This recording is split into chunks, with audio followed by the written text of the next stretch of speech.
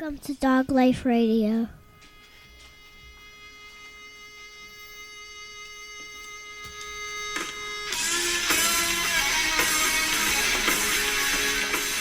Hey, all right, welcome everybody. How are you doing? This is Rossi Giugio, and this is Dog Life Radio. Welcome. Thank you so much for joining me here. This week I have got a very special guest, another special guest. This is the first female professional bodybuilder ever on the show that I can remember. Yeah, I think so. Theresa Ivancik. She's an IFBB professional bodybuilder and much more. She's a trainer. She's an insurance agent. That's a different one. We didn't really hit on that too much in today's show, but I again virtually bumped into Theresa, and she was very, very generous with her time. We had the chance to virtually sit down, talk. We hit on all kinds of stuff like her path to fitness and bodybuilding, how she actually got started in the sport.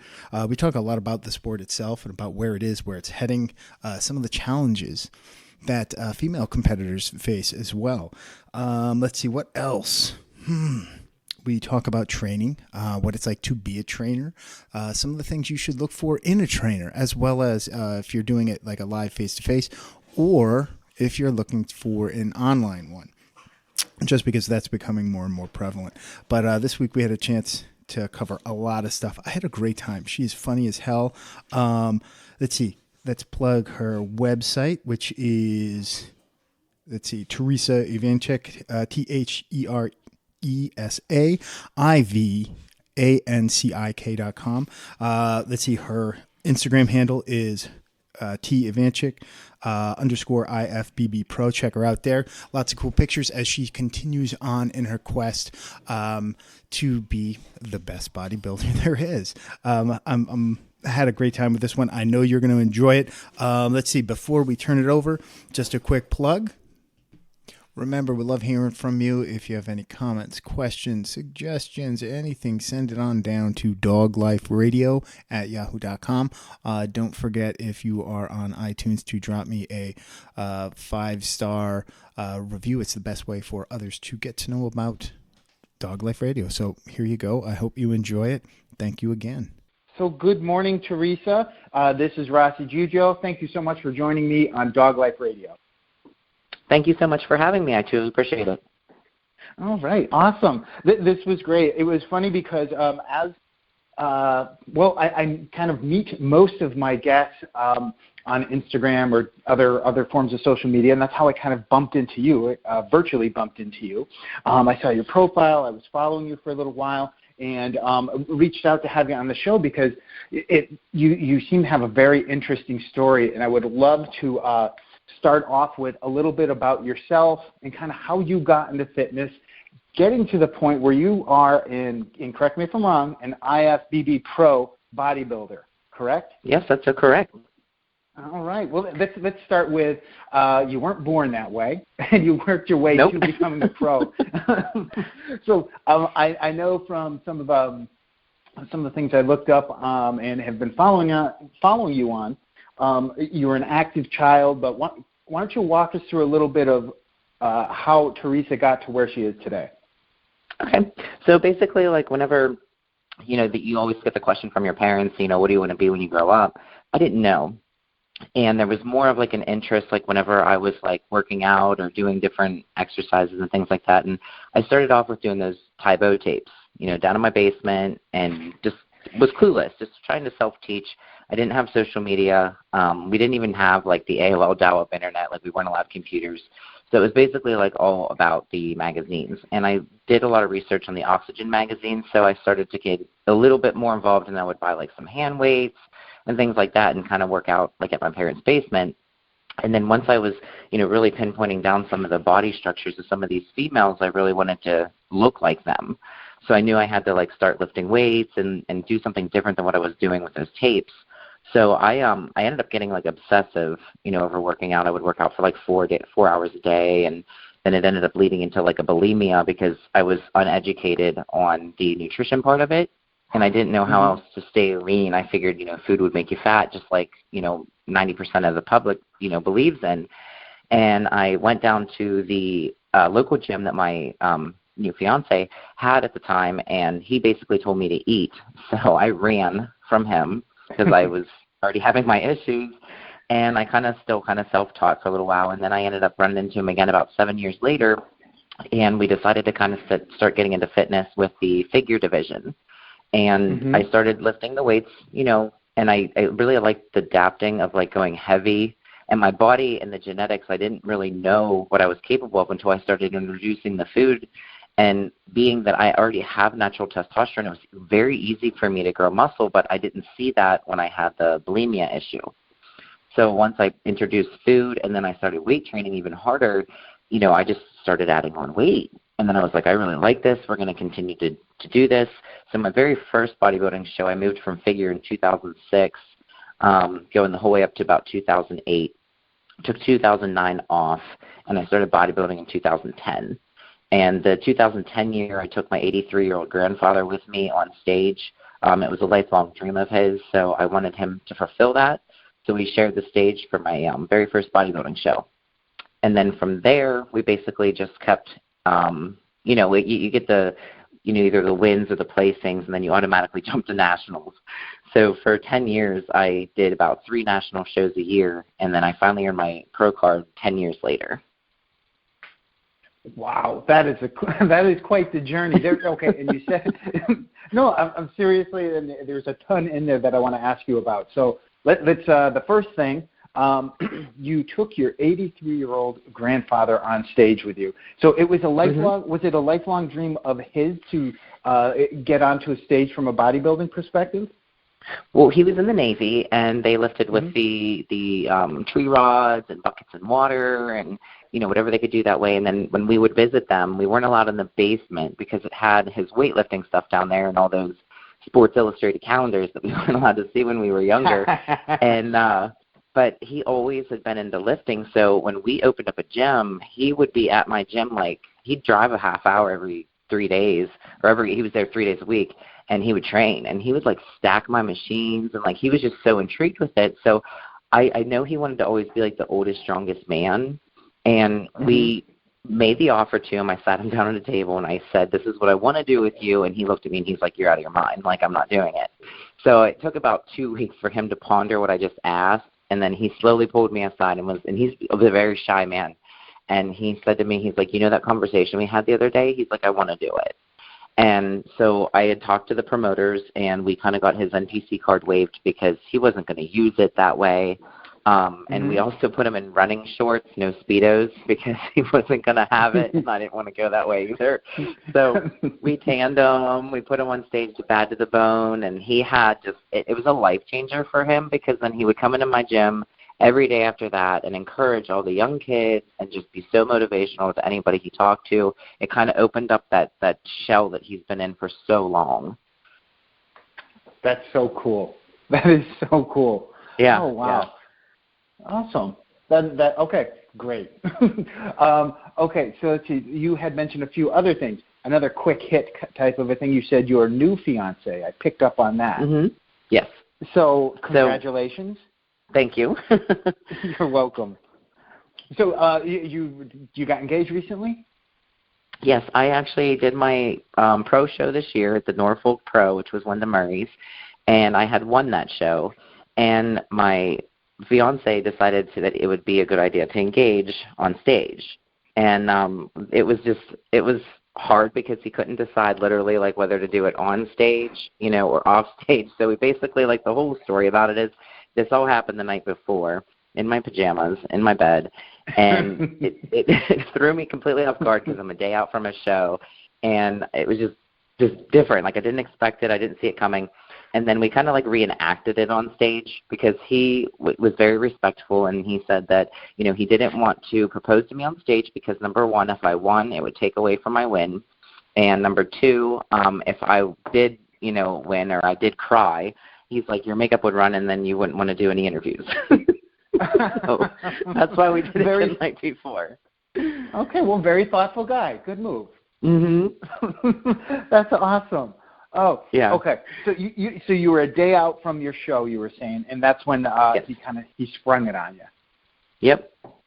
Very cool. The night before. So the night before a show. Oh my gosh. So let's talk about what that means, like for you. You had mentioned that you made the shift from figure to bodybuilder. Now to bodybuilding. Now, I've had the chance to talk to a couple of different bodybuilders and bikini competitors in the past, but just keep me honest. Generally speaking, from a categories of fitness and so forth, you've got a bikini category where it's a general type of physical fitness. Really not a lot of muscle, but just overall shape, I guess might be a definition. Moving into figure, you're adding a little bit more muscle onto the frame. And then into bodybuilding, it's that more traditional where you're adding more size and definition to the muscles on your frame. Correct. It's like as much conditioning as you could possibly bring. Oh, so I think literally, so if you look at it as a prescriptive, like you got your bikini, and then you got your figure, and then your physique, and then your bodybuilding. So I think that the easiest way to describe it is the conditioning just gets stronger as you move down the line.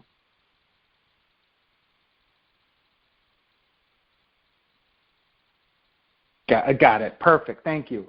And as you're getting further through that, you're getting more defined. The muscles are getting harder. More striations, more cuts, definition. Yes. Okay, so you're a day out from from a bodybuilding show. Talk us through what that actually means, because when you step on stage, obviously you're looking like you're strong as hell. Everything is you've dieted down, but what does that mean? What are you preparing yourself for? Are you dieting down? What are you eating? What are you drinking? And mentally getting yourself into what kind of space? This show was particularly different. I mean, I've done a lot of other shows, but I will even just share a conversation with you that I had with Margie Martin, and we were doing a reality TV show, and we were in the kitchen, and we were not on film, and she was basically talking me through. She'd already won, I think, 1 or 2 titles at the Wings of Strength, and she had told me, she's like, you can do this, and she says, but the first thing and the only thing that I'm going to tell you is you need to believe in yourself first. So going into this Norfolk show, it was one of those things like the night before and the week of, I was literally visualizing myself winning that trophy, and my jitters and my normal rundown before you hit the stage was different. It was gone. So it was, going into peak week and stuff, you're drained, you're depleted, and there's sometimes you're even talking to yourself and being like, listen, if I don't eat, there's no way I'm going to be able to perform on stage, because you're just dwindling down and trying to wait for that refeed by Thursday, Friday night, and hope to God you feel good by Saturday morning.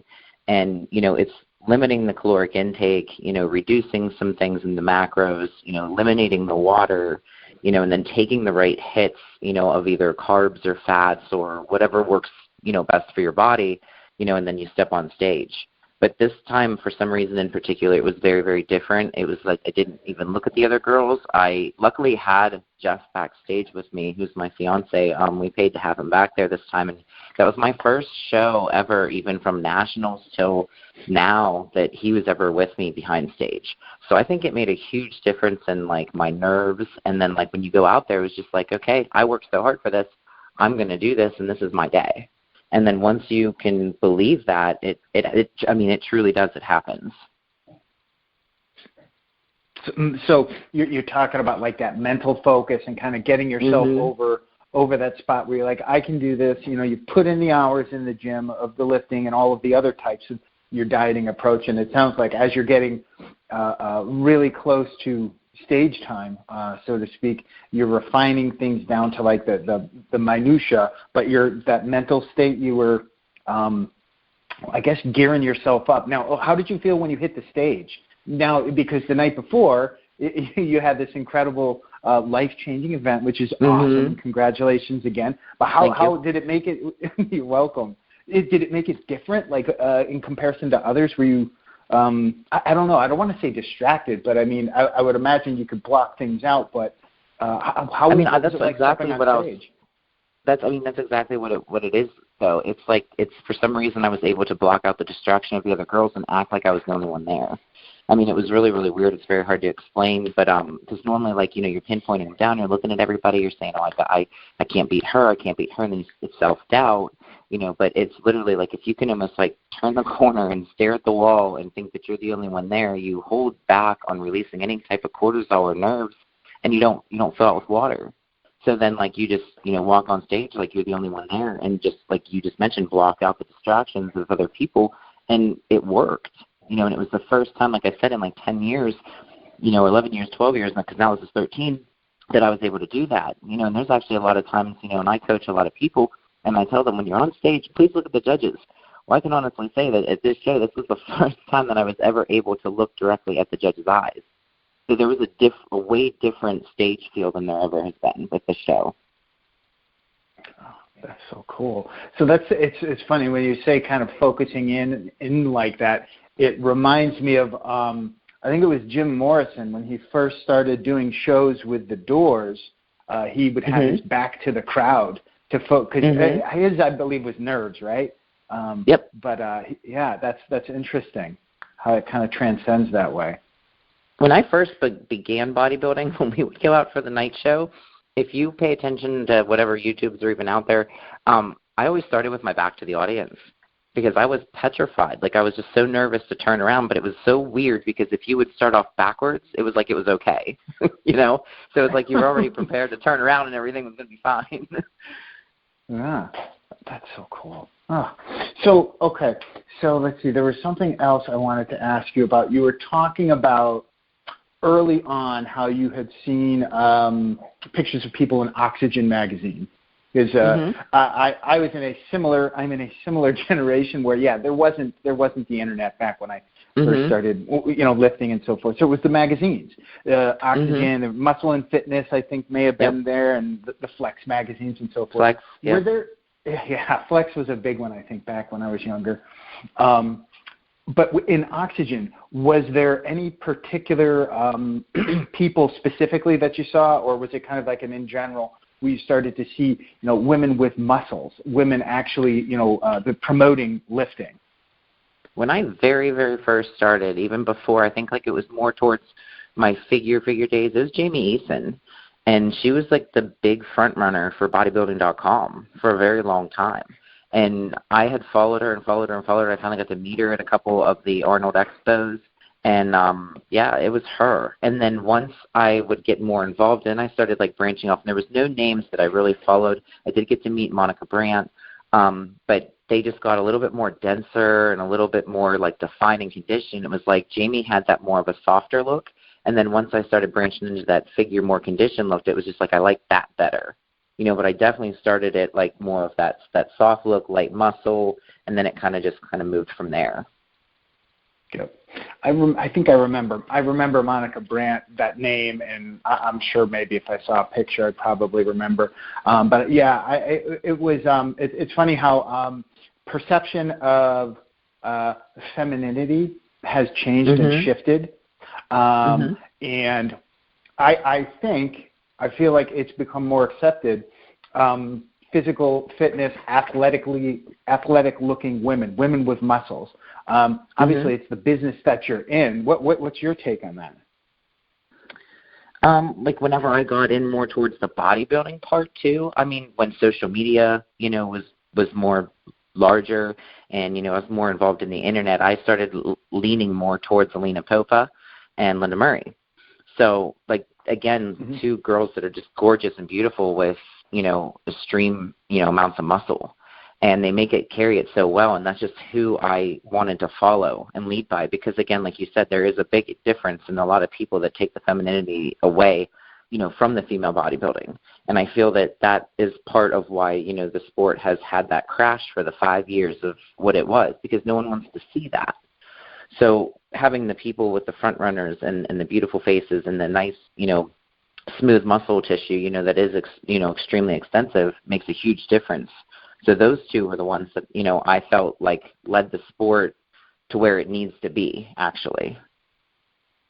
Yeah, and you had mentioned, you commented about, like, the crash, so to speak. You know, it's not, women or female bodybuilding is not nearly as large as back then, and because of those factors. And I think I know, I don't know, I don't have these facts or numbers, but I know the men's bodybuilding kind of went off the rails a little bit with just the monstrous folks, the individuals that just got they got ridiculously large, and it lost. We say cartoonish. Yes. Yeah. Like it lost some of the aesthetics, and that extreme nature. And I don't know, society wanted to see that. People wanted to see people getting that big, and it kind of pushed over the limit where it kind of went, is this really bodybuilding, or just, how extreme can we be? Yeah, because, you could take it from two different, sides. You could take it as a person that's watching, and you can take it as an athlete side. A person watching, yeah, of course they're going to be like, oh, yeah, that's so cool. They're so freakish, and they're so big, and, this is crazy. But then you go to the other side, as a competitor, you're making it astronomically not even possible for anybody to come up the ladder and go against you. So you're not, for the future of the sport, you're not making it, feasible for anybody to want to even try, because they're like, I'm never going to get there. So it kind of there's two different sides to that. Yeah. It's interesting, and from the, I guess, the people who watch bodybuilding and follow it enough to know the difference in the distinctions between the different categories and groupings would be able to pick up on those things. The general mass, I don't know if people would say that's a mass monster versus that's a very symmetrical looking bodybuilder. Exactly. There's that piece. And then you brought up another really good point about the actual athlete. What do they want? Because there's that. That's the huge piece. If whomever that mass monster is walking around, whether it's a man or a woman, if that's the line that they want to take their body to, and that's what they want to do, then more power to them. That's what we say. In the sport, the ones that are going to dictate how this goes is going to be the judges. If they let someone come through that's a mass monster, that just paves the way for what, people are thinking they need to do as an athlete to get there.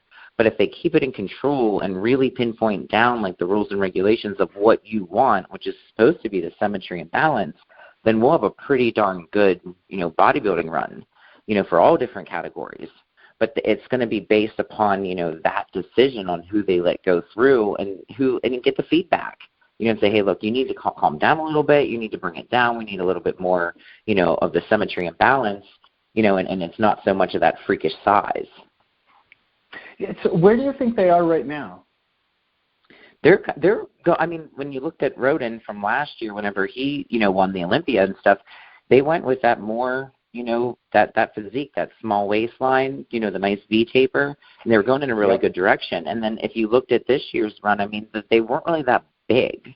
The stage makes them look really big because the bodybuilding is such an illusion, but they weren't coming in 300 pounds, shredded. Yes. So trying to bring that back. So it felt like that when I think when Phil Heath, when he finally lost to Rodin, you could see he was. I'm not a judge. I'm just just a guy watching, but his waistline did not look nearly as tight as in previous years, where it looked like he got it. Yeah.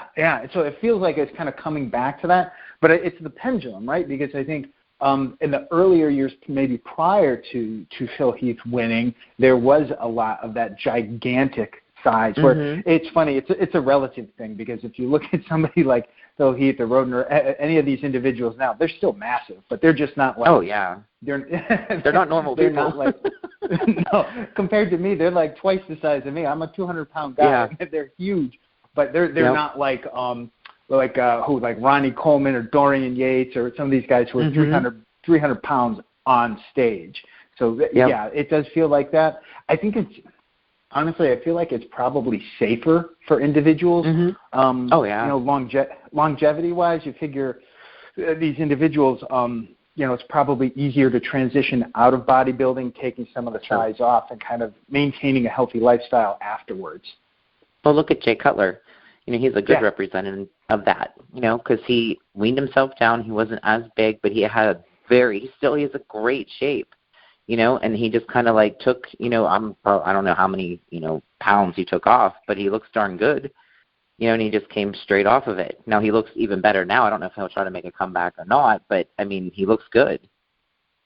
that would be interesting to see him come back, because I think I think it was in Generation Iron 3, I think he was talking, and he said something along the lines of he liked his body, he liked his physique in the years where he just came short of winning the Olympia, or maybe his first, and then his last couple he didn't like because he felt he was forced to get too big. And then, he definitely, in the interviews, you could tell he was still in really good shape. And I think, having Ronan win, I think, set a whole different standard for those men, so they could see what they're capable of doing. That it is possible to win at a smaller, size and frame. Yeah, reminds me of back when I first started watching and getting into it. It was Sean Ray was the little guy on stage. Yeah. Yep. So he's such a good guy. I just started meeting him. Oh, really? That's cool. I'm sorry, I cut you off. You said you had just met him? Yeah, I recently. He's getting more involved with the Wings of Strength, and he's always been involved in the NPC and the IFBB. So he's a really cool guy. I finally got to just actually meet him at the Olympia this past year. Oh, that's excellent. His perspectives have always been on symmetry and really the art of the actual sport versus just the piling on of muscles on top of muscles. Yep.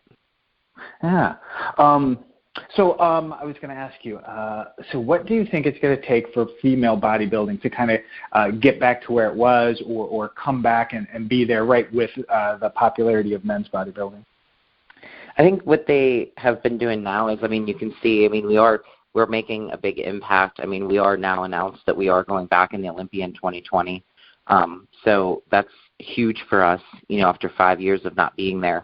A lot of the shows that have, been going on, they are judging a little bit smaller. They're not really judging for, that size and that mass. So a lot of the girls that are coming in, I think they're looking more at that balance and the symmetry and the overall look, which is helping the sport out and becoming more mainstream and not being pushed back into that same conversation we have with the men, to that freak zone. Yep.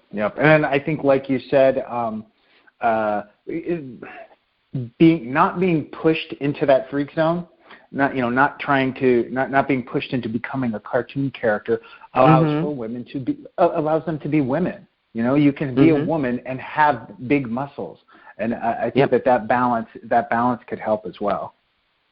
And as I said, and then now with the Wings of Strength and them using Linda Murray, and she's been heavily involved with them. She's just that all around perfect, representation of what female bodybuilding is. She posts all those photos from the past, and they're gorgeous. You don't look at that and say, "Ooh, that's gross." Where you can look at some other ones and be like, "What is that?" You just get drawn into her. No, I think you're right. She was quite athletic. I think, didn't she have her run around the same time that Lee Haney had his run? Am I misremembering? So. Yeah. Similar. 'Cause I remember she was. I thought she just had a more athletic body, where he was starting to get into that, and he was huge. He was enormous. And I think that's when the scale started tipping. But you're absolutely right. She's a great representative of what it feels like the future of women's bodybuilding could and should be. And she's been heavily involved in everything that has happened, in this past 5 years, with standing her ground, being the front runner, and the spokesperson, her and Annalena both, with the Wings of Strength, to push us, back out there. So again, it was we formed a group, and we formed a group of girls, and everybody calls it Iron Sisters, and we all stuck together, and we didn't give up, and we didn't say, "Oh no, they took us away, so we're done. We're going to drop down physique."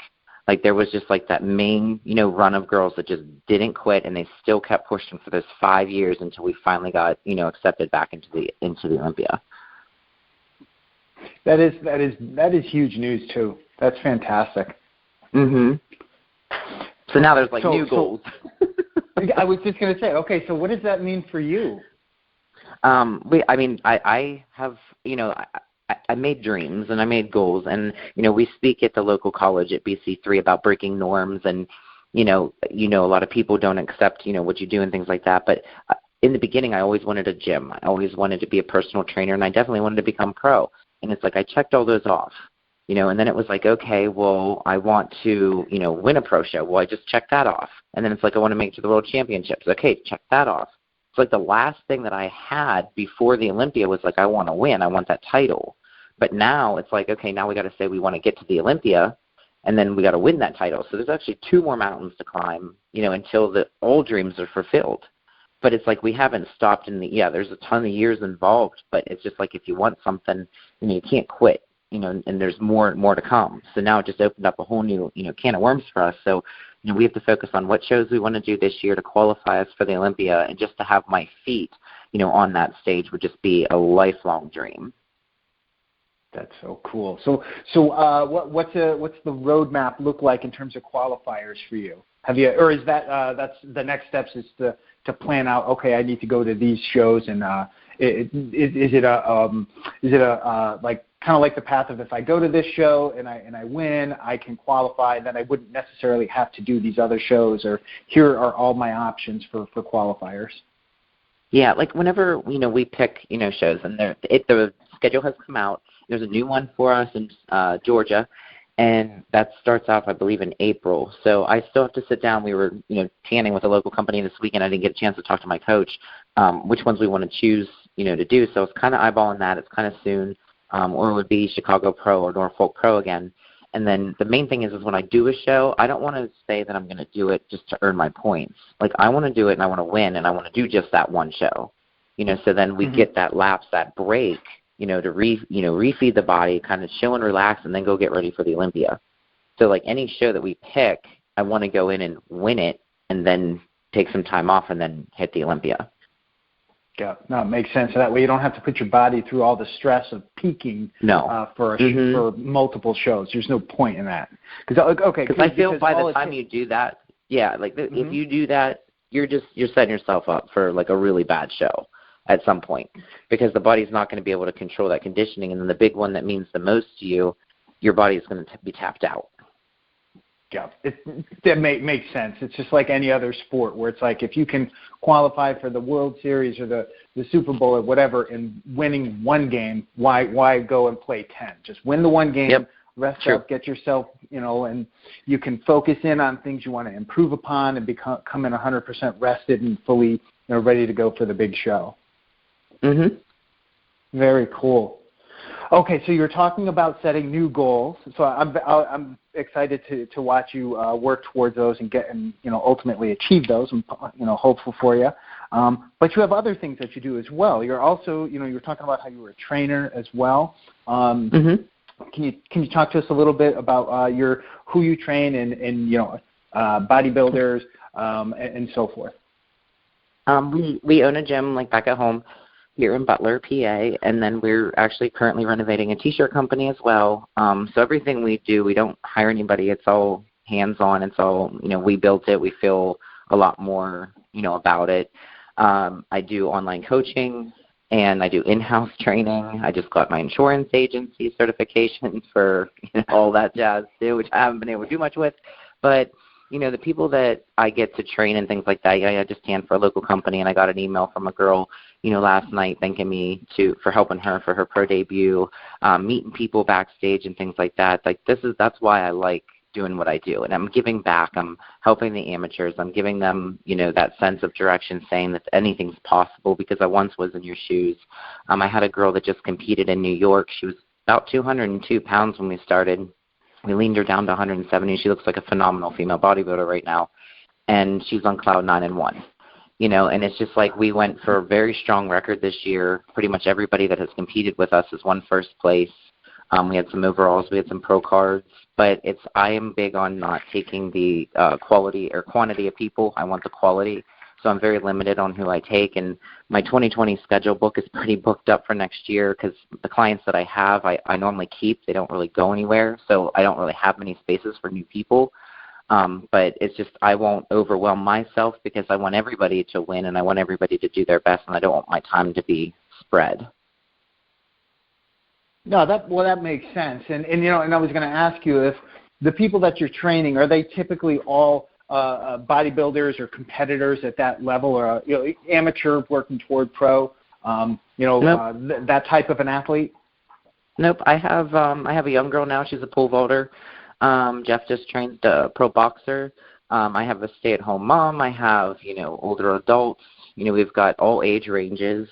So it's not just all about, the bodybuilding side of things. So as a trainer, you need to be universal in terms of how you hit these people, how you train them, what you feed them, and things like that. So you have to be able to flip-flop between, okay, I have a really strong athlete, at 2 o'clock, and then I got, somebody that might be 65 and just trying to stay in phenomenal shape, at 3 o'clock. So you have to be able to, flip your switch. But we work with anybody, any age range, between powerlifters, bodybuilders, boxing. We had a horse racer, a show racer, things like that. It's a whole mix of anybody that you can possibly think of. Awesome. I was thinking that way and going, there's got to be critical mass, right? When you're a trainer, you want to help people. You're saying you want to give back and help those individuals who are working towards, amateur to pro status.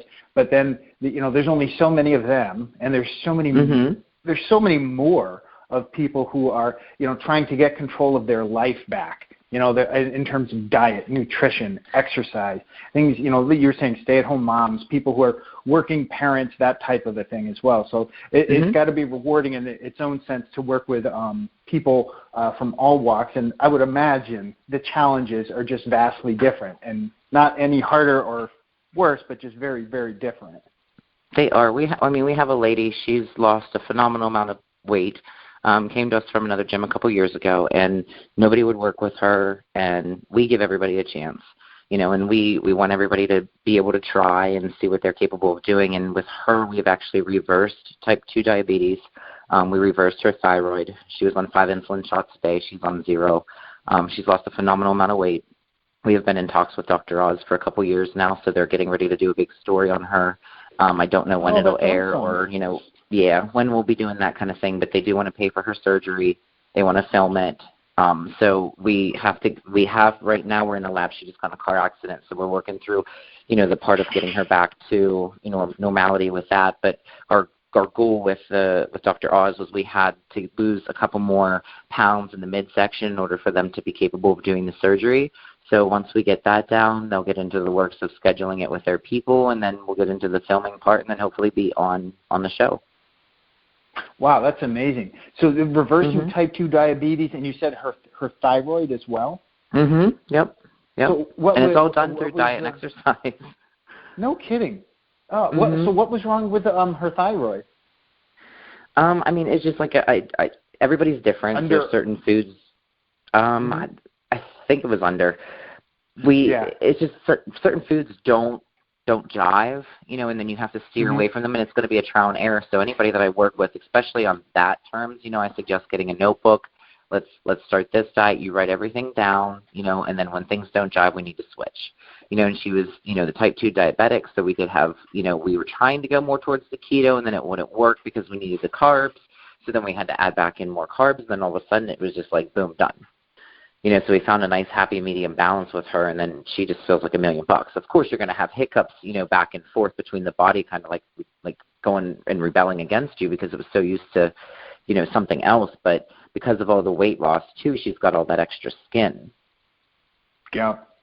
And you're talking about journaling and writing things down. I'm a huge advocate of that as well, just because it's like you forget stuff. I know I forget stuff all the time. But you forget stuff like, what did I eat? I didn't perform in the gym as well as I wanted to. Everything was the same. Really, and it's also like, do you also use it applicable to, when you're training? Writing down the exercises and the weight. So the next time you do it, you can kind of look and go, last time I did 100 pounds. And it says I should push it. So let's go to 120 or something like that. Yep, and I think it's fun, too, because you get to teach these people, like, what they're capable of doing, sometimes not going to the gym and counting to 10. You can go to total different limits. So, like, when we do personal training and stuff, and there's a lot of personal trainers out there, when we bring someone in, I don't want you to feel like you constantly need me. I want to teach you everything that we can, and Jeff's the same way, like on a complete platform, so you feel comfortable doing it on your own. I don't want to strap you into payments. I want to teach, so we try to get them through with a smaller package. And then, yes, some people like to push. But then, some people will do like 1 session, 2 sessions a week and do the rest on their own. But it's like teaching people, how far they can push themselves, but again, monitoring it, and writing things down, because if you had a really crappy day, you can go back and see what you ate or what you didn't eat, or did you sleep or did you drink enough water, and you can kind of go back to those and say, okay, these foods don't work for me. I need to try something different. Yeah. Oh, you hit it right on the head, too, when you said, how did I sleep? Because we're talking about, food and lifting, those are great elements to it. But, yeah, you have a bad night's sleep, that's going to wreck a lot of different things. You can hold water. You could be super tired, and then a lot of people don't listen to the body. When you need to take that rest day, they're like, nope, this day's the gym day, or meanwhile you need to take the rest or you're going to actually go backwards. Those are the days that you end up with injuries and things like that because you don't have the proper nutrition in you, you don't have water, and you haven't slept. Yeah, and you had mentioned you made an interesting comment about your training style, how you want to teach people. You want people to learn it and be able to do it themselves. Where it's kind of like that, teach a person to fish versus giving them a fish. And you said there's so many trainers out there where it's I don't want to say it's scam artists and all this crap, but I mean, I'm painting with a broad brush. There's probably a lot more crappy ones out there than there are good ones, and they're just trying to rope you in to get the money. And I feel like they give personal trainers a bad name. I know for a fact one of the ladies I have at night, her husband surprised her with, a package about 4 years ago, working with me, and gave him my business card. She goes, I'm going to tell you right now, if I go in there and she screams at me like the biggest loser, I'm not doing it. I'm like, and she goes, and you are far from that. I said, that's not what this is about, But that's what people, like, as soon as they see something that maybe they haven't seen a trainer before, and that's the first impression that they get, then we're in trouble. And then we go into other gyms, and we're watching trainers, and, you stand behind the person with your arms crossed, and you're counting to 10. Like, come on, that's not motivating. Or you're sitting on your cell phone. No, the cell phone stays in the office. Your people are paying you an hour to train with you. Go on the floor with them and spend the hour with their money, and give them what they want. It's hard to, like, I don't know, it's hard to swallow sometimes when you're traveling and you're watching these other people. You're just like, really? Like, I wish these people, and you wish you could help everybody. Yeah, that is a very it's an odd occurrence to me, seeing a trainer walking around with somebody. Sometimes you'll see them with a clipboard and they're kind of keeping track and whatnot and doing that approach. But when they have the cell phone, it's like, oh, that's wrong. Man, it's so wrong. That's a red flag right there. I mean, I'm not a pro, but I know that is bad. You should not have your phone. These are people's hard-earned money. And they're trusting you, and they're paying you, and you're a service. So why is your attention not 100% on those people? And I get a lot of people that email me, about, like, coaching with other people, and they're asking me questions that I just want to bang my head off the wall. Like, I am so sorry you experienced this. And I don't understand why, and the thing is like what happens is a lot of people, like, they do a show, they win, and then they automatically think they're a coach. And then they offer all this coaching service, but they have no experience, and they didn't earn their keep, and even to call themselves a coach. So then there's a lot of other coaches out there not even going into the personal training side of things. Yes. There's so many, like, God, I think you could I can scroll through my Facebook feed, I'm sure you can too, and then every other ad that's on there is, sign up for this 1 day, 2 hour, whatever certification and be a personal trainer. And it's that easy, and everybody can do it, right? Yep. And it's hard to swallow, like I said, because, like, I'll use this as an example. We were teachers over at the BC3 College for the WITS program. It's a personal training program, and they had to do a case scenario with people. And I get some people are book smart, but to me, floor experience is more. Have you even trained yourself before? That kind of thing. So one of the scenarios was there was a 65-year-old woman. She wanted to come in and she wanted to do chest and tries. Where would you put her first? And this kid proceeded to take her straight to the Olympic bench press. At 65 years old, you're going to kill her. Like, you don't know her strength. You don't know her stamina. This was a brand new client. Like, and it was just so wrong in so many ways. But then this is what happens when people don't do the classes, which are hands-on, and they do the online training. This makes it worse. And then they say they're certified, and they have no clue what they're doing in the gym. But they've read the book, and they're book smart, and they can pass. And that's what's hard. Yeah, that's so tough. I can't. I hate to sound like one of those. Well, I'm not old, but I'm older. I hate to sound like an older person going. Yeah, I know. Stand looking at this 23-year-old who read the book, and they're telling me this is what I need to do. It's like, I don't think I want to listen to you. That's where you need so much experience. You need. Or they say I googled it. Yeah. Yes. I saw it on YouTube. This is the workout they're all doing now. Oh God, no. Correct. The fad. Yep. You pick your phone up and go back over there. Yep. Well, my pap, going back to him, he was so mad the one day this guy was on the leg press machine, and he wasn't leaving. Like, my pap had a special regimen routine, and he wasn't quiet. He was really non-filtered. And he comes over to me and he goes, "Do you know that guy over there?" I'm thinking to myself, "What's my gym? I kind of know him." And he goes, "Do you know how many more sets of Facebook he has?" Because he was just sitting there on his phone playing. Because I want to use that machine. Oh God. It makes me feel old, and I joke about it. But I remember people would do that with newspaper. I'd see it was usually older guys. Yes. They could bring the newspaper. In between sets, they'd be reading the newspaper. They would read. I'm like, really? Was that like? Oh my God! Was that like a health and racket from in the Northeast? One of those New England health and racket ones that when I was a kid I used to go to. And I used to work at one before we owned ours. It was a racquetball club. The same thing. They would sit on the bicep machine and just read their paper. Yeah.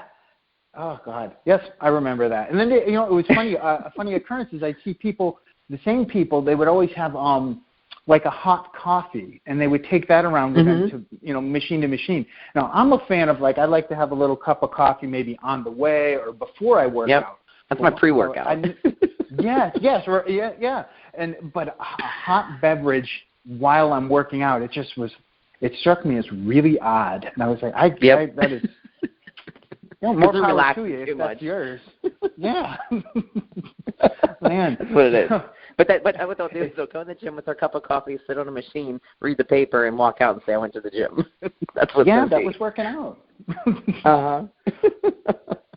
Interesting. It's been an interesting evolution, I guess, and now it's the Facebook stuff. Ugh. Yep. So another facet of technology impacting training is the online trainers. Now, that is a huge trend, and I don't want to say a fad because I'm positive that there's a lot of positive and good things that can happen from online training. You can have access to people that aren't within driving distance of your gym and so forth, but there's a lot of challenges with that as well. Now, do you have any online people that you're training online currently? I do a lot, and the girl that actually just won her first bodybuilding show and dropped all that weight from the 200 pounds, she's my online. I've never met her before, and I felt so bad because I was canning at a local show back at home, and she was competing, and I tried to have my phone out as much as I can because when someone competes, and they're getting ready for their show at 4 o'clock or 5 o'clock in the morning, you better bet your ass I'm up.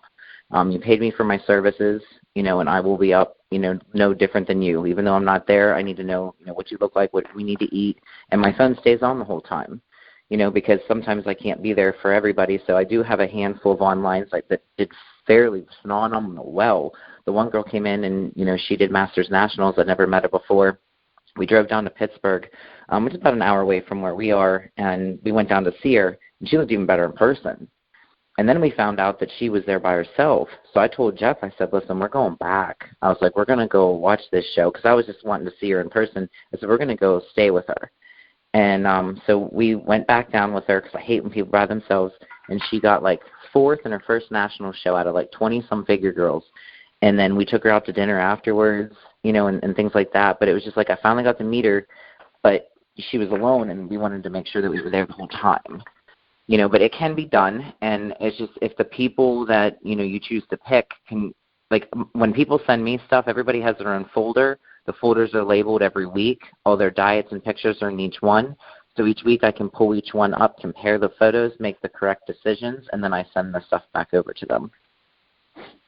Yeah. Now, so do they send you? You were saying they send you pictures. Do you ever do any like the Skype, FaceTime, video kind of things like that? Yes. Now, Kesha, she did her first show, and we did FaceTime twice to do the bodybuilding poses and stuff like that with her. And then she was like kind of lost in her routine, and I felt really bad. And I normally don't do this for particularly everybody, but she gave me her song, and then I made up the routine. I videotaped myself, and I sent it over to her because I didn't want her to stress out about that. I wanted her to focus on winning the show and not, the little other things. So I did help her out that way, but I do, Skype and FaceTime. It's a lot harder than being actually in person, but if I give myself a big enough room where I'm not just sitting watching and I can actually stand up and show them what I'm meaning, it seems to work a lot better. Yeah, I would imagine so. I'm a very much a visual and tactile learner. So the whole, let me show you how it is, that kind of a thing. Visual, very visual like that. So yeah, I would imagine. That's one of those things where I guess, we were talking about back in the day when we were using magazines and whatnot, having a remote client that way probably wouldn't have worked back then. You would have been mailing physical pictures and oh yeah, no video. There was a couple documentaries on YouTube. Like if we sit here and we educate ourselves on YouTube, I feel like I don't want to watch movies that are going to waste my time. So lately we've been doing a lot of YouTube, and at night, before we go to bed, we just try to watch informative bodybuilding things and pick up and learn. It's kind of, to me anymore, no different than reading a book. But yeah, doing that, a couple of them were basically saying that's what they did. They took their Polaroid camera and they took their pictures and they sent them to the coach and they waited for the feedback. Because there was no other way to send them. Yeah, well, that's how you did it. I mean, you could have a phone call, but you couldn't see anything. No, and now you can, FaceTime, Skype, and the whole, shebang, and you can actually see these people, in person and how they're looking. Yeah, it definitely has changed. And right lighting helps.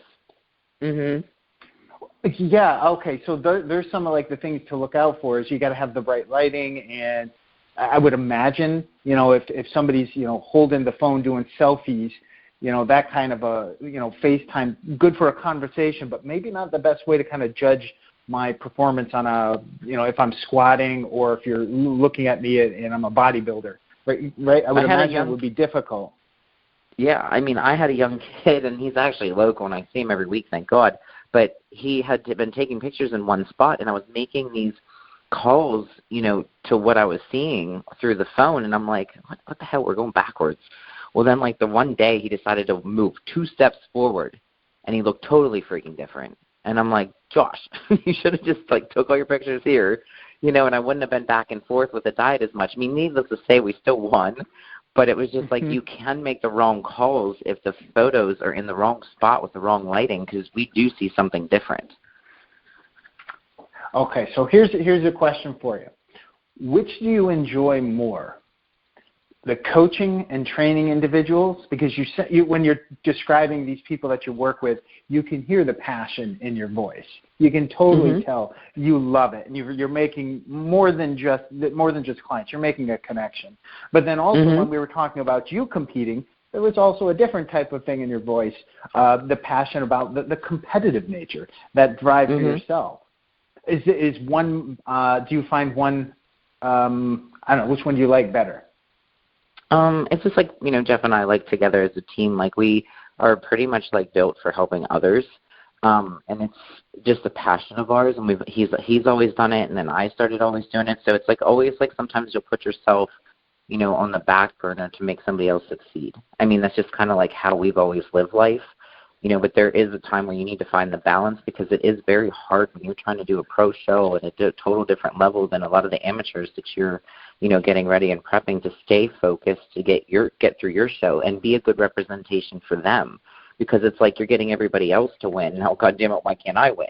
So it's you have to find that spot where it's going to be I need to balance this. I'm all for helping you, and I will never put anybody of them on the back burner. It's always me that I take, and push back. But I'll never miss a workout. I'll never miss my meals.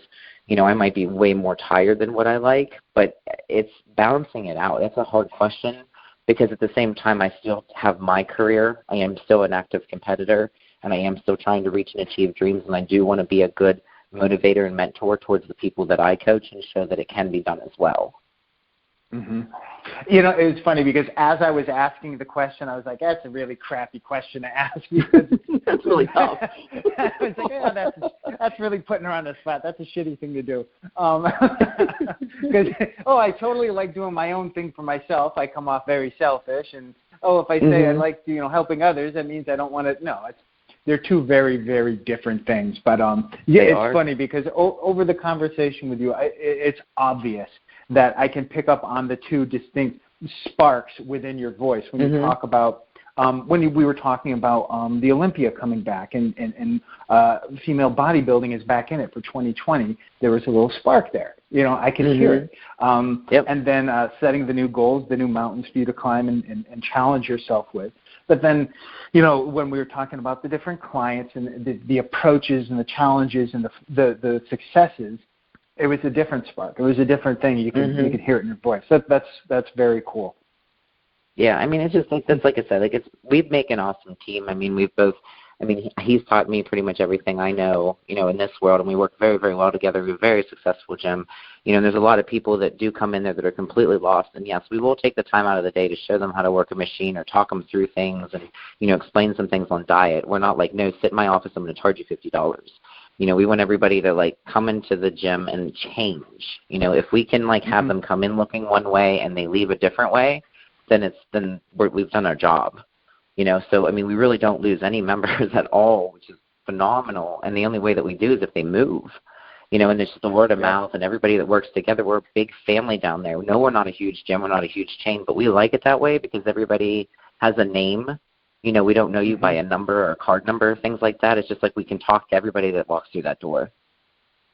See, that's something that I think, and I feel very strongly that a lot of the gyms, the chain gyms, and not all of them, again, broad brush, most of them, the 24-hour fitnesses, the anytime fitness, all of them have a really cool aspect of being, they're open all the time. That's awesome. But you don't have that sense of community. It's not there. I mean, you could go and work out with you see the same faces, but it's just not the same as when you're working out with an independent, if you will, gym that's owned by just a couple of people. I think that's the thing that I think is definitely missing in today's today's gyms. And that's one thing we did do too. We did offer it 24/7. Because a lot of people here do have, your two jobs, or your shift works and things like that. Now, we're not staffed 24/7, but him and I are there pretty much most of the time, and we're very picky with the trainers that we have there and the people, that are around there. So like I said, anybody knows that, if Jeff and I aren't there, that they can get the same answer from the other trainers, as well.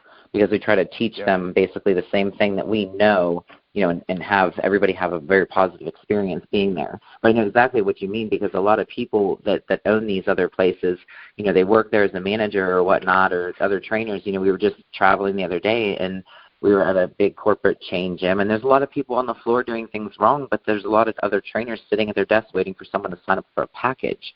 Go walk on the floor and help these people. Or put some stuff away, or clean the mirrors. That's the stuff that him and I look at. Because we're not OCD, but our gym is really freaking clean. Because we don't want to be a dirty gym. No. You just hit on and I say this affectionately because I'm one too. That's a meathead 101. You gotta the gym's got to be in order. You can't have shit lying around everywhere. Re-rack your weights. I think that's every lifter's pet peeve is. Put the weight back. Oh, man. Yep. And for the most part, since we set the trend and we were basically there and everybody respects how hard we work, everybody pretty much does that. We'll have the few that come in late at night when no one's there, and, I'm sure we can check the cameras if we really wanted to, but that leave the weights on there. But for the most part, we don't have dumbbells laying all over the floor. We don't have bars laying all over the floor. And to be honest with you, this is what I like, is we have the small gym or whatever, but if somebody leaves something there, we've had wallets, we've had iPads turned in, we've had Beats turned in, we'd have stuff turned in and sitting behind our computer desk whenever we got in. Nobody takes anybody's stuff. And that's what I like about it is because they look out for everybody that's in there. That is cool, and that's rare. It is. It is very rare. Like I said, a lot of the new gyms, they pop up everywhere, and there's a lot of cool things about them, but It definitely is missing that piece where it's like you said, having somebody just walking around saying, hey, do you need some help? I can show you some things on your form for this lift. Correct. And it's not quite as prevalent as it used to be. I'm sure it is in many aspects, and maybe I just haven't been in the right gyms in my area here. There's a couple. I've been to a CrossFit gym, a local CrossFit gym a few times, just to try something different for myself. Sure. And the one that I went to, the coaches they're phenomenal. They're so cool. Yeah. And the thing I like the most is what you were just talking about, that sense of community. People's names versus just, coming in and, just checking your ID at the door kind of a thing. We have two people here that are local that were friends with us, and they have a CrossFit Recreate kind of right down the road from us, and they are just like Jeff and I, super, super passionate about, what they do. Their facility is super clean. They have just a phenomenal amount of people that go there. But again, the same thing. They're just super passionate about, what they do, and you live and breathe it. But again, It's just the exact same thing that you just, witnessed with that gym. Yeah, that's so. Have you ever done a CrossFit workout? No, but they want me to. I think they want to see me die. I mean, I'm up for a different challenge. That's gonna be hard. You got to do it. You got to do it. You got to try it. Just him and I went to this thing, and I don't know if you guys have anything like that, but it's called Go Ape, and you actually climb from tree to tree, and there's wow. You're on harnesses, and you're climbing through netting, and you've got the rings to hang on and stuff like that. So him and I are we get this great idea that we're going to go try this. So we get there, and lo and behold, we're in the group with the Girl Scouts. So I'm this is going to be great. Okay, so they're all looking at us, and they're oh, let's follow them. They're strong. They'll do really well. And I'm going to tell you what, we've got our asses whooped, and we were sitting in the trees sucking wind because I couldn't do it. I couldn't do it. It's just a whole different ball game from lifting weights to the gym versus the gymnastics person. You don't have that kind of strength. You're more, weighted down, and you're struggling to hang on these trees. It just wasn't happening. It took us a long time to get through it. That's crazy. I have never heard of that, but that sounds like fun, like a different way to challenge yourself. Yes, yeah. They had zip lines to get down, and it was very different. That's cool. Well, you gotta try the CrossFit workout. Try one just to do it. Oh, definitely. You'll probably feel the same way. There'll be some things you'll have no problem with, and others that you're just what the hell is this? Why am I doing this? Mm-hmm. But it's a good challenge. I just did this morning. I just did my very first hot yoga class. Very cool. And holy crap, that was tough. I like yoga a lot just because of the flexibility, and it's always good for range of motion. And when you're lifting heavy weights, and it's very easy to lose your flexibility very quickly. So. I like to do yoga, and a buddy of mine, actually he's my tattooist. We were talking about it the last time I was That's with crazy. him. So, yeah, he's like, hey, you want to do a hot yoga? I'm like, all right, let's do it. And that was awesome. that was a fun thing to do as well. Have you ever done yoga or anything like that? No, I have not, and I need to, because that's one thing that I think we stress to all of our clients is the whole stretching and flexibility as well, and we can't even touch our toes. We're just we have no time to flex and stretch, But I try to get from foam rolling in now, but you need to take that personal time to actually do that, and that's something that we lack on. It's what, doesn't that always seem to be the way of people who really enjoy and love helping others? Taking that time to help for themselves. They say that about mothers and parents, and you can see it with teachers as well. And obviously yourself being a coach, training people, making sure to take a little bit of time for yourself. Yep, and it'll take 2 seconds, while you're watching, something on YouTube or, television show or something, just sit on the floor and do it. But it's by that time you just want to sit on the couch. That's it. Yes, and you just want to flop. You don't want to do anymore. Yes. I can relate. Oh, man. We've been going for over an hour, and I feel like I could probably talk with you for another hour easily. Probably. We'll have to do another episode. Yes, I would love to have you back, because I will be monitoring your progress and your success in this. But I wanted to just be respectful of your time and kind of wrap things up here. But before we did, I wanted to give a chance to talk. We've been talking about your gym. We mentioned you're in Pennsylvania, but where exactly is your gym, and what's it called? We own Harlan's Elite Fitness, and it's at 250 Greater Butler Mart, which is in the plaza, in the first plaza whenever you're coming in Butler County. And then we're opening up that T-shirt company 2 doors down from there. All right. For those of you who are in the Butler, Pennsylvania vicinity, got to check them out. And let's see, one more thing on, let's see, you've got a website and your Instagram. Where if people want to track and follow you, what's your Instagram handle and the rest of your social media? My website's TheresaIvancik.com. Facebook, you can find me on Theresa Ivancik. And my Instagram is @Ivancik_IFBB Pro. All right, awesome. And I'll hit that up in the notes as well. Thank Awesome. you so much, Theresa. I really enjoyed talking with you. Absolutely. Thank you so much for having me.